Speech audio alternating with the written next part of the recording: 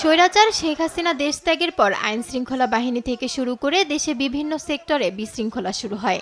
৬ August সিলেটের ভোলাগঞ্জে দায়িত্ব পালনকালে হামলার শিকার হয় চট্টগ্রাম রেলওয়ে নিরাপত্তা বাহিনীর আরএনবি সদস্যরা। ওই ঘটনার পর ১২ দফা দাবিতে কর্মবিরতিতে যান তারা। গত ৫ দিন ধরে চট্টগ্রাম রেল স্টেশনে বিক্ষোভ করছেন নিরাপত্তা বাহিনীর সদস্যরা। বাহিনীর নীতিমালা অনুযায়ী নিজস্ব তত্ত্বাবধানে নিয়োগ প্রক্রিয়া সম্পন্ন করা, স্থায়ীভাবে ভোলাগঞ্জ সার্কেল দ্রুত প্রত্যাহার, আরএনবি আইন ২০১৬ অনুযায়ী বাহিনীর কর্মচারীদের সব সুযোগ সুবিধা নিশ্চিত করা সহ ১২টি দাবি উপস্থাপন করেছেন আরএনবির সদস্যরা। আমরা ১২টা দাবি, যেটা যৌক্তিক দাবি আমাদের রেল নিরাপত্তা বাহিনীর জন্য, আমরা ওইটা উপস্থাপন করছি। রেল নিরাপত্তা বাহিনীর একটা পরিপূর্ণ সংস্কার চাই।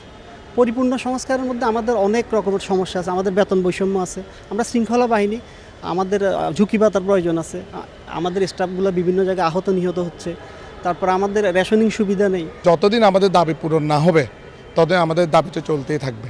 ন্যায্য দাবিতে আরএনবির সব সদস্যের কর্মবিরতি চলমান থাকায় কোনো প্রকার বিভাগীয় বদলি ও হয়রানি না করার দাবিও অন্তর্ভুক্ত আছে ১২ দফায়। নিউজ ডেস্ক, দেশ টিভি।